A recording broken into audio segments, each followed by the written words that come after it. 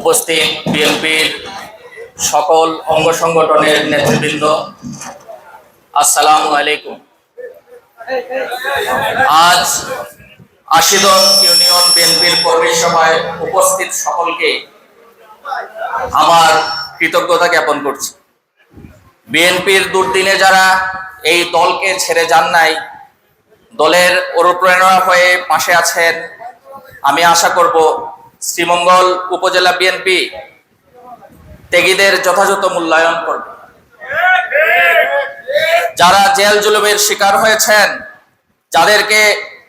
তাদেরকে অগ্রাধিকার দিয়ে উপজেলা ইউনিয়ন ওয়ার্ড কমিটি গঠন করতে হবে। আমাদের ভারপ্রাপ্ত চেয়ারম্যান জনাব তারেক রহমান ত্যাগীদের আশ্বস্ত করেছেন, ইউনিয়ন পর্যায় থেকে ত্যাগীদের নিয়ে বাংলাদেশ জাতীয়তাবাদী দলকে পুনর্গঠন করা হবে। আমাদের ভারপ্রাপ্ত চেয়ারম্যান জনাব তারেক রহমান পিআর পদ্ধতির জন্য বাংলাদেশ এখনো উপযোগী নয়, তার বক্তব্যে এই কথাটিও উঠে এসেছে।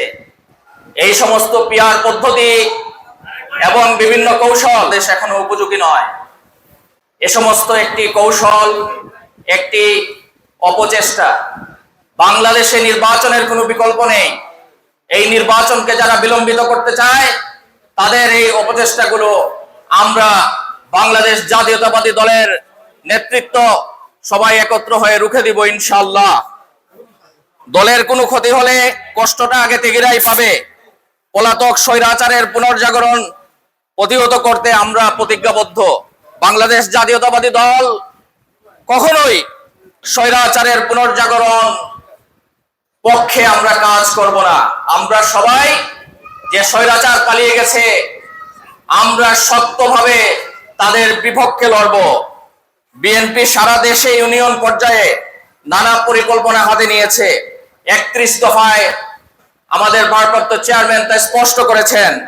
রাষ্ট্র পরিচালনার সুযোগ পেলে তা বাস্তবায়ন করা হবে। ইউনিয়ন কমিটি গঠন হলে জেলা বিএনপি, উপজেলা বিএনপি আপনাদের পাশে থাকবে।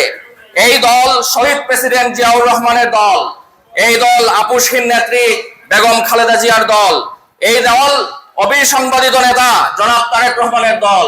তিনি অচিরেই এই দেশে এসে একটি সঠিক নেতৃত্ব দিবেন। বাংলাদেশ জিন্দাবাদ, বাংলাদেশ জাতীয়তাবাদী দল বিএনপি জিন্দাবাদ। শহীদ জিয়ার স্মৃতি অমর হোক।